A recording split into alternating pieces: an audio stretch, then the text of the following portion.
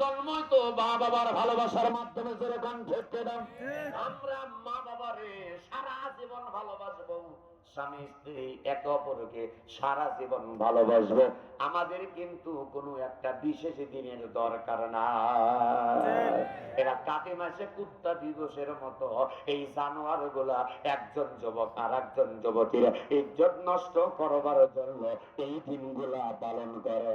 এই দিনগুলা বাড়িতে নয়, এই দিনগুলা পাহাড়ে আপনার সেই পার্কে চলে যায়। ওই যে গ্রিন ভ্যালি পার্ক, রাজশাহী চিড়িয়াখানায় দেখবেন কোনো পশু পাখি নাই।